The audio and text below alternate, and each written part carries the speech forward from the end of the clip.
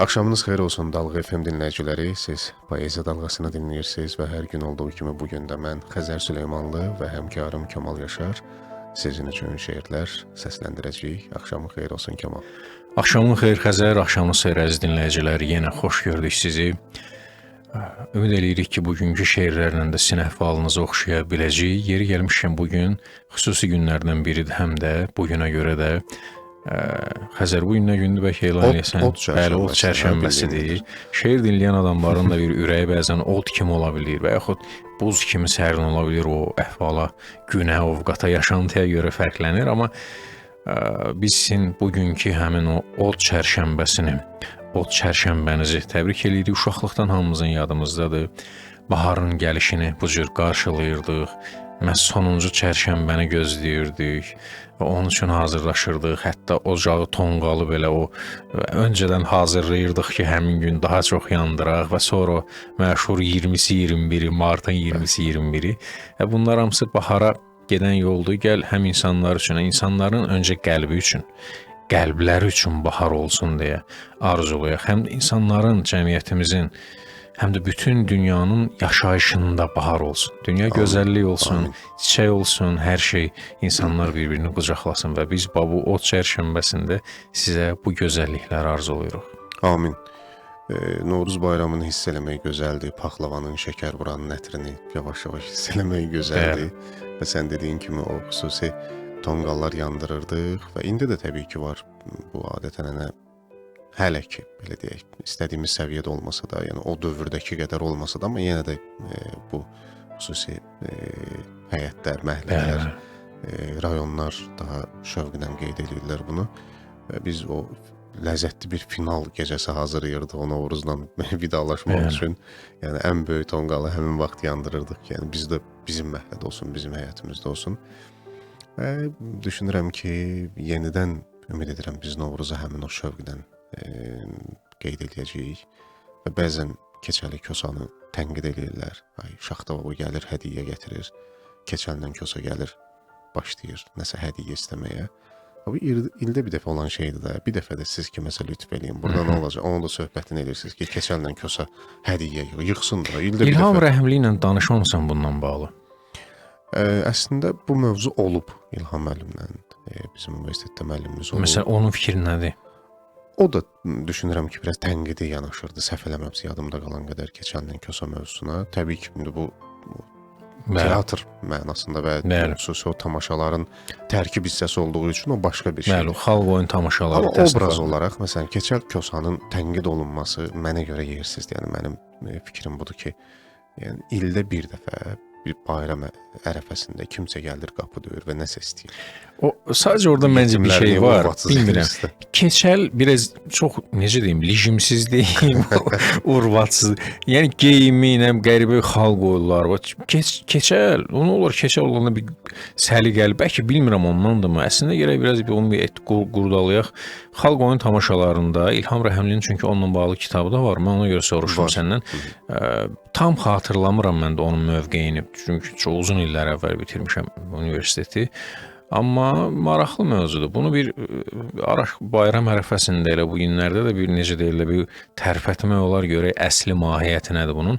Hətta bunu daha yaxşı bilənlər də cəmaata, xalqa bir bununla bağlı məlumat verə bilərlər, maarifləndirərlər ki, ikrah yaranmasın. Bir şey var da, indi bu ümumiyyətlə tamaşaların lap belə qədim zamandakı tarixinə nəzər salsaq ki, bu tamaşalar, teatr ənənəsi necə yaranıb, onda gərək antik dövrüdür ümumiyyətlə belə necə lazımdır tənqid eləsinlər ki, burada bu obraz niyə belədir, başına niyə keçid dərsi keçirdin məsəl üçün.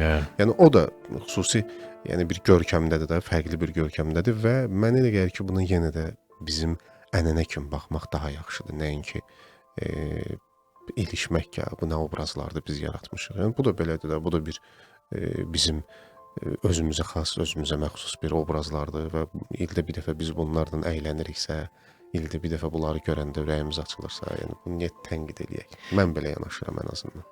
Bəlkə hər halda bir ehtimal kimi deyirəm, qarşıdakı günlərdəki bizim qonaq planlarımız var. Bəlkə bir folklorşünas, bəlkə bir kulturoloq, bəlkə kimisə necəsə bununla bir ehtimal bayram ərəfəsində Bizim üçün. bayram şeirləri ilə və bir də bu mövzu.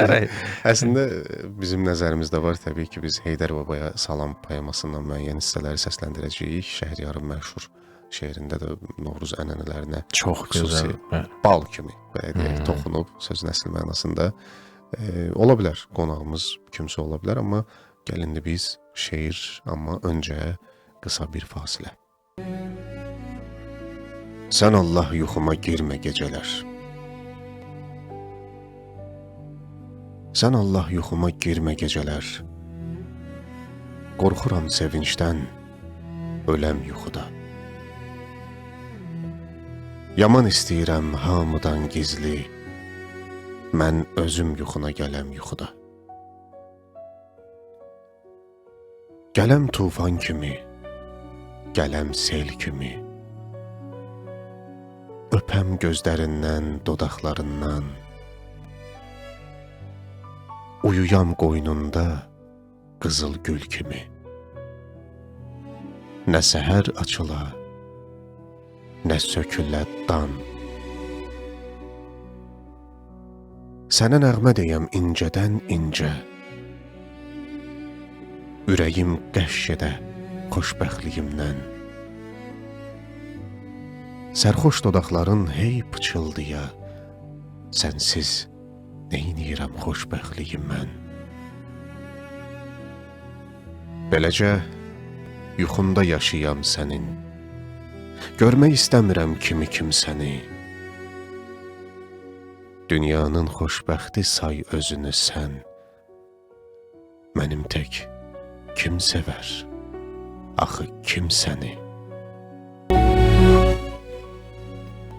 Heç olmasa yuxular, yəni hər şey əlçatmaz olanda insanların yeganə ümid yerinə çevrilir, qovuşmaq gümanına çevrilir və hətta o vaxtlar belə bir şeylər var idi. Qisməti yuxuda görmək üçün. Yeri gəlmişkən bu da bayram ənənəsində idi. Duzlu kökə yeyib yatırdı qızlar adətən. Yəni o da həm bu şeirlə uyğundur, ona görə deyirəm. Yəni qisməti yuxuda görmək. İndi o bilmirəm o yanğıdan mı olurmuş, duz yemək. Hər nə mən onu da bilmirəm. Amma bu şey var idi. Yəni yuxu ilə və ona da inanırmışlar ki, qismətimi yuxuda gördüm belə idi. Bir də o vaxtlar yuxuda buta verilmək anlayışı var idi. Yadında belə bir şey var idi. Sevənlərin yuxuda məsələn bu cütlüklərə buta verildi. Bunlar belə evləndilər. Yəni belə bir anlayış da var idi. Hər halda İlk dəfə eşidirəm. Məncə dastanlarda filan eşitmisən, sadəcə ola bilsin ki, xatır, bəli, çox eşitmisən. Və Xəzər, mən indi istəyirəm bax bu bayram günündə, o çərşənbəsində, bu ovqatda bu təbiətin bayramıdır əslində, təbiətin oyanışıdır. İnsanlar da təbiətlə həmahəng olsalar, əlbəttə onlar da daha yaxşı oyanarlar. Təbiətin elədiyi şeyləri eləyərlər, təbiətin həyat bəxş eləmə funksiyasını insanlar da paralelləşər, həm özlərinə, həm ətraflarına həyat bəxş eləyərlər. Və mən istəyirəm ki, bir də bu o illərin, odlu alovlu illər ki, Böyük Vətən müharibəsi 41-45 dönəmində Əhməd Cəmilin yazdığı şeir var. Görəsən o qız yenə məni düşünürmü, görəsən o gözəl. Bax, orada cəhbədən yazılmış, onun cəhbə şeirlərindəndir. Əhməd Cəmilin biz bilirik, bir neçə cəhbə şeirləri var ki, onunla məşhur idi. Bir neçəsi var. Orada uşaq əskər, səngərdən, nə bilim, o canlına bir nağıl deyib və s. Və bu da bir maraqlı şeirdir. O illər həqiqətən o illərin bir bizim uşaq yaddaşımızda da bir xatirəsi var. Biz uşaq olanda artıq o müharibə təbii olaraq bitmişdi. Biz çoxlu filmlər izləyirdik, kitablar, romanlar oxuyurduq və s. Hətta bu illərə qədər də o filmlər çəkilir məhz o mövzu ilə bağlı. Gəl o illərə səyahət eləyək və görək bir əskərin dilindən, bir şairin dilindən keçmişi, səngərdə olan adam və cəbhə arxasında olan adamın duyğuları. Dinləyək. Ocaq sönür, yel əsir, yağış döyür səngəri. Yenə düşür yadıma ömrün ötən günləri. Hanı deyirəm o dilimin əzbəri, İlk görüş, son ayrılıq, xatirində qalırmı? Görəsən o gözəl qız məni yada salırmı? Ötən bulud, uçan quş, mən burada yar vətəndə, bəlkə düşdü yolunuz bir gün bizim də kəndə. Görün bağa, eyvana, sərin kölgə düşəndə, o qız yenə oxuyub şən mahnılar çalırmı? Görün hər nəğməsində məni yada salırmı? Nə mən ürək edirəm yazım ona bir kağız, nə də mənə yazmayır o şən, o mehriban qız. Bir biləydim, görəydim, neyniyir indi yalqız? O da məni düşünüb heç xəyala dalırmı? Görəsən o gözəl qız məni yada salırmı? Doğrudur, bilmək olmaz könülləri uzaqdan. Hər gün vurub salır yel bir yarpağı budaqdan. Mənsiz su dolduranda hər dan üzü bulaqdan, bəzən heç doluxsunur, heç qanı qaralırmı? Görəsən o gözəl qız məni yada salırmı? Yan tonqalım tüstülən, yan könlüm tək ey ocaq, İki kəlmə yazmağa mən üssüz, yar utancaq. Heç olmasa yazaydı o qız bircə söz ancaq. Görəydim soraq edib, məni xəbər alırmı? Biləydim o gözəl qız məni yada salırmı? Dinləyicilərimizə xatırlatmaq istəyirəm ki, 099 1925 nömrəsi aktivdir. WhatsApp nömrəmizə yaza bilərsiniz. Səsli mesaj da göndərə bilərsiniz. Bir dəqiqə civarında fikirlərinizi, şeir istəklərinizi, təbii ki, tənqidləriniz də mümkündür, tərifləriniz də ola bilər. Yazmayıb bizi dinləyə də bilərsiniz. Artıq seçim sizindir.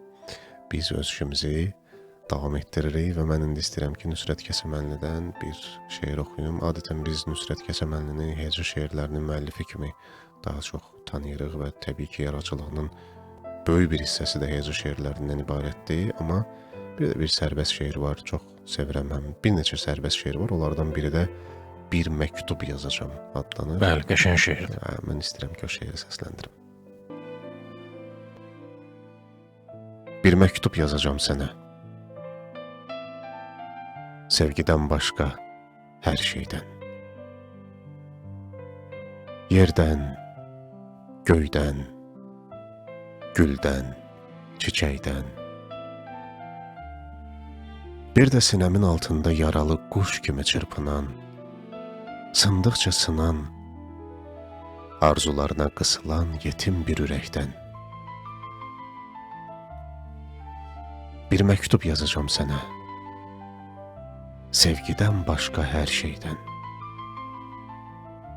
Yazacağam qaranquşların yuva tikməyindən, yetim bir uşağın bir parça çörək üçün gəlib gedənə boyun bükməyindən, Hind filmlərinə baxıb ağlayan cavanlardan, soyuq qış gecəsində tənhalıqdan aya üz tutub uluyan yalquzaqdan,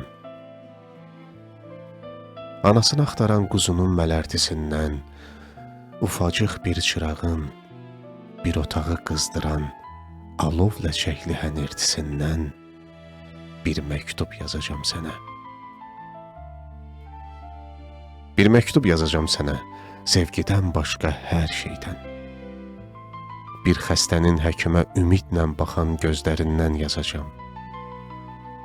Gəlinci ilə bəzənmiş maşınların sırasından, yuvalarında yem gözləyən balaların dimdiyinin sarısından, getdikcə soyuyan havadan, Adəmdən, Həvvadan, necə olur tənha adam, bax bunlardan yazacağam. Bir də yerdən, göydən, çoban dodaqlarını yandıran neydən, bir məktub yazacağam sənə. Sevgidən başqa hər şeydən. Bəlkə də bunu vəsiyyətim, son sözüm biləcəksən. Bir məktub yazacağam sənə, hər şeyi özün biləcəksən.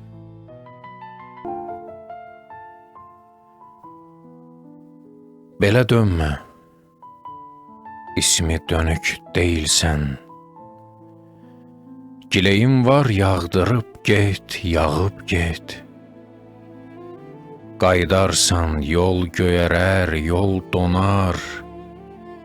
Keçdiyimiz yola bir də baxıb get. İnnən belə dəmin dəmdə qəmin kəm. İnnən belə toy büsatlar səninki. Göz yaşların gərək olmaz yəqin ki, gözlərini gözlərimə sıxıb get. Aldatmaq da bir aldanmaq deyilmi? Zəhər satmaq, zəhər almaq deyilmi? Yaxşı quyu, tərs badalaq deyilmi? Elə bir də yıxılıb get, yıxıb get. Tufan dəli, il tağında gül zərif, tez töküldü ömrümüzün gün zəri. Barı ayır yadda qalan günləri, yaddaşının bir ucuna yığıb get. Qopdu bir səs, qopdu bir tağ qalamdan, göyərçinlər perikdi dağ qalamdan. Eşqim qalan bu üç bucaq qalamdan, əlində cam, dilində şam, çıxıb get.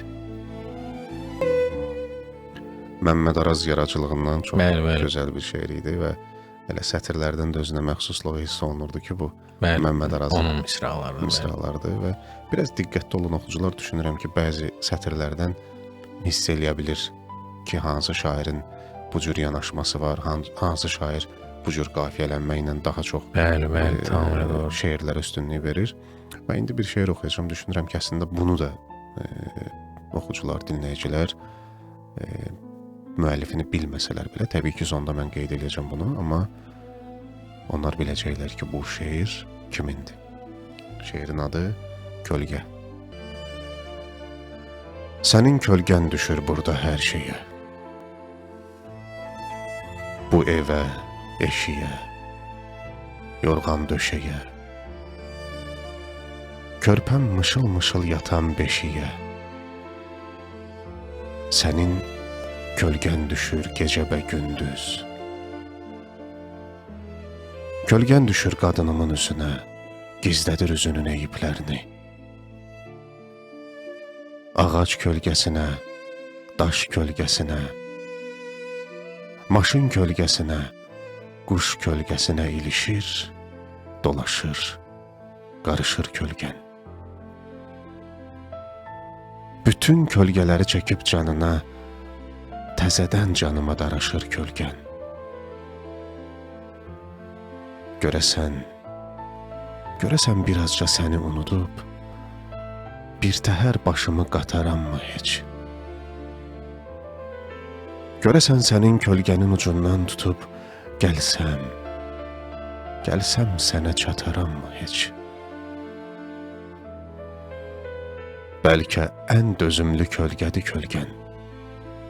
Qırılan, cırılan, sökülən deyil. Tanrı kölgəsidir bəlkə də kölgən, ölüncə üstümdən çəkilən deyil. Gecələr kölgənlə üstümü örtüb, yuxlaya biləydim bu dünyada kaş.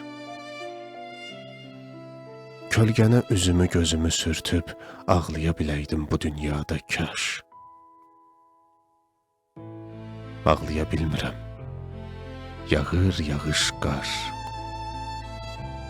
Çöldə kölgən qalır yağış qar altda.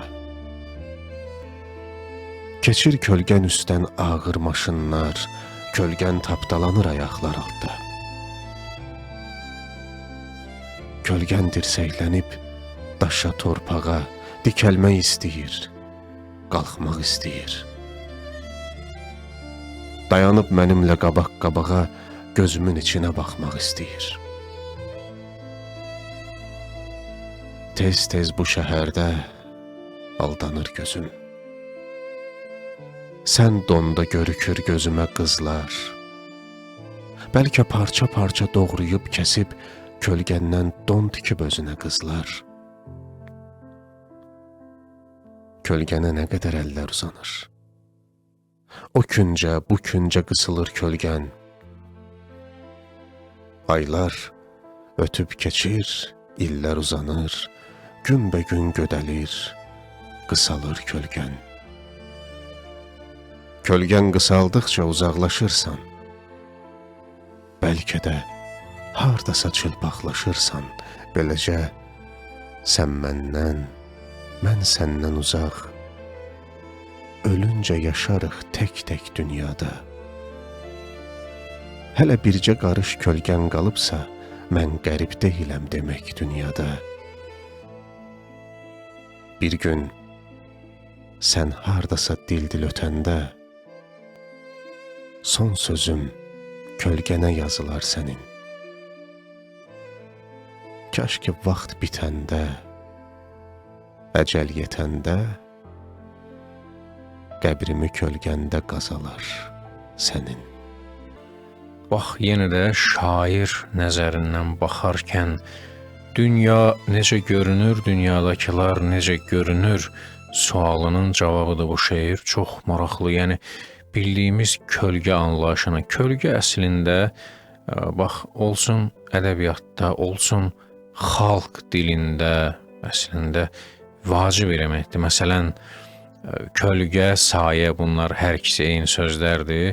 Filan, məsələn, bu indi də işlənir. Filan deyir, sənin sayəndə, filan şeyin sayəsində. Sayə elə kölgə deməkdir. Və bunun... Getmə tərsə balası. Bəli, mən də sənə sayə gəl. Bəli. Və deməli, bu kölgənin adətən yaxşı variantı da var. Düz negativ variant da işlənir. Bax, elə mən onu deyəcəydim ki, kölgə daha çox negativ məqamlarda sanki belə istifadə olunur, daha çox. Sayə sözü isə sayə sənin sayəndə, bəli, kiminsə sayəsində bir ətək funksiyası daşıyır sanki. Bəli, çətir kimi. Ay, sağ ol. Bəli, maraqlıdır və bunun üstünə də sənin dediyin kimi qarabasmaları da gəlsə, qarabasmaları, nə bilim, çox maraqlıdır və bir də kölgəni bir varlıq kimi belə görə bilmək. Orada bir yer var, deyək ki, sənin bəlkə də kölgəndən kəsib paltar tikirlər, amma sənin bu kölgən də azalır sanki və bu azaldıqca, səndən götürüldükcə sanki sən də o tərəfdə paltarlaşırsan. Çox maraqlıdır. Yəni, kölgəyə sadəcə söz xətrinə yazılan bir şeir deyil bu. Ramiz Rövşəndir. Və sonluğu da ki, kaş mənim qəbrimi də elə sənin kölgəndə qazalar. Və bir də yaxşı tərəfi nədir? Xəzər bunun zehin yaxşı yerlərə haçalanır. Bir kölgəni sənin qəbrimi sənin kölgəndə qazalar. Bir ədəbiyyat nümunəsi də var buna. Dahi Füzulinin istəyində. Bəli. Çox möhtəşəm bir ifadə var onun qəzəllərində ki, onun qəbrindən mənim üzərimə kölgə düşəydi. İmam Hüseynin ayaq altında dəfn olunması üçün. Bəli. Çox maraqlı bax, görsən yaddaş.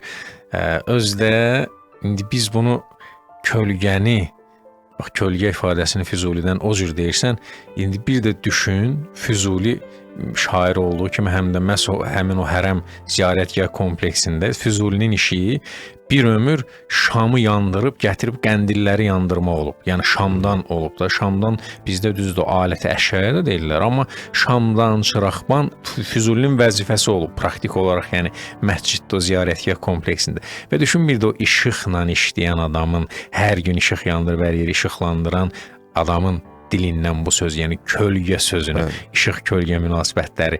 Yəni, həqiqətən, bax, indi zehin, bir də bax, gözəllik budur ki, yaxşı adamlar olsun elə Füzuli kimi, olsun bütün yaxşı adamları düşün. Zəlimxan Yaqubu düşün, nə bilim kimi, yəni ən yaxşı adam. Yaxşı adamlar həmişə bu dünyadan getsələr də nəfəsləri və kölgələri qalır, həmişə. Və o kölgələr, o sayələr çox, yəni, belə deyək də, pis adamlar üçün o kölgə də elə pisdir, pis adam üçün o qorxacaqları bir yerdir. Yaxşı adamlar üçün də bir həyandır. Doğru. Ona görə də yaxşı adamların həyatı doğru yaşayıb, doğru sonlandırmış adamların sayəsi də, kölgəsi də insanlar üçün faydalıdır. Bu baxımdan da Ramiz Rövşənin bu şeiri çox gözəl idi, çox əla idi. Mən istəyirəm Xəzər, güman edirəm ki, sonlara doğru yaxınlaşırıq. Məncə Saat sonuncu şeiri səndən eşidəcəyik biz. Bizim Təəssüflər olsun bu günlük. İki şeir variantımız var. Bu nisbətən qısa və nisbətən normal həcmdə olan şeirimiz də var. Gəl Məncə normal həcmdə olan, normal bəli. həcmdə olandır ki, O biz zaman bir- şeirdən doya bilək. O zaman gəl bir mövzulu şeirdim. Bununla bağlı sözündə olarsa deyərsən, dinləyicilər üçün də maraqlı olsun və bir də bu bizim sürücülər çoxdur. Taksi sürücüləri ki, çoxdur və biz onlara bir hədiyyə olsun, çünki bizi çox dinləyirlər, eşidirik, görürük, rastımıza çıxır və s. Və yanındadırsa bir dəfə bir şairdən məhz sürücünün dilindən müştəriyə, yəni yazılan, bir xanım üçün yazılan bir şeir var idi, Kamal Hüseynzadənin yazdığı. Bu şeirdəsə məhz müştərinin, yəni xanımın dili, Hökəm Billurinin, yəni orada qəhrəmanı məhz xanımdır. Xanımın dilindən sürücüyə baxır və sürücünü bir vəsf eləyir və maraqlı bir detallara toxunur və qəşəng bir, maraqlı bir şeirdir. Əla, dinləyək. Mən sənə baxıram, sənsə yollara. Bilmirəm qızların gözü hardadır. Məftunam səndəki o etibara. Məhəbbət özü də etibardadır. Mətanət dözümsən başdan ayağa. Sənətin qayğılı, sənətin çətin. Bağlısan kökünlə yerə, torpağa, yollarda bərkiyib olmusan mətin. Elə bil heykəlsən tuncdan tökülmüş, yollarda qarşılar yaz, bahar səni. Bənövşə yollarda boynu bükülmüş, gözləyər həmişə intizar səni. Şahin baxışlısan, polad ürəkli, rahatlıq bilmədin yuxularda da. Böyük arzulusan, təmiz diləkli, mətinsən, dəqiqsən qayğılarda da. Səni yollar gözlər, yollar hər səhər, sən sonsuz yollara, yollara məftun.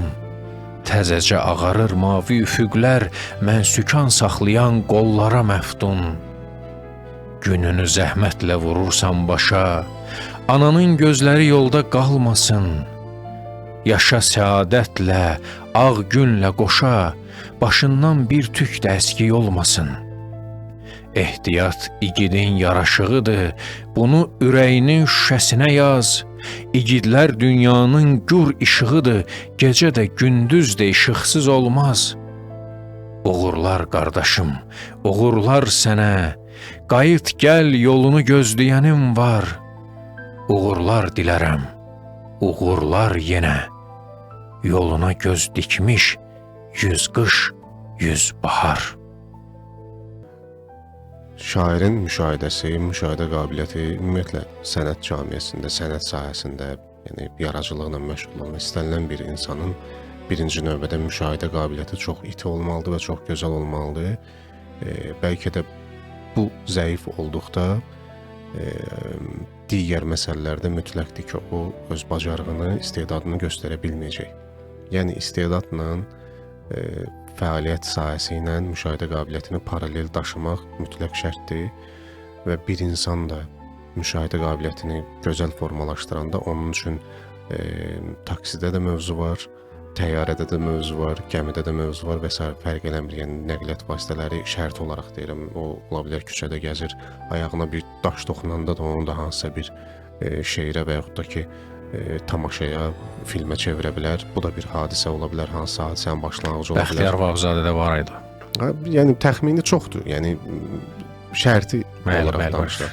Və bu mənada Hökümə xanımın ruhu şad olsun. Yəni bax gördüyü bir vəziyyəti, qəbul etdiyi bir vəziyyəti, hissləri, duyğuları mükəmməl bir şeirə çevirir. İllah da sevgini şeirə gətirmək təbii ki, bu mümkündür. Yəni taksi sürücüsündə sevgisi ola bilər, həkimində və s. və ilaxır. Amma o mövzunun özünü şeirə çəkmək yaradıcılığın ən gözəl bir tərəfidir. Gözəl şeir idi. Belə bugünlük gəldik, çatdıq verilişimizin sonuna.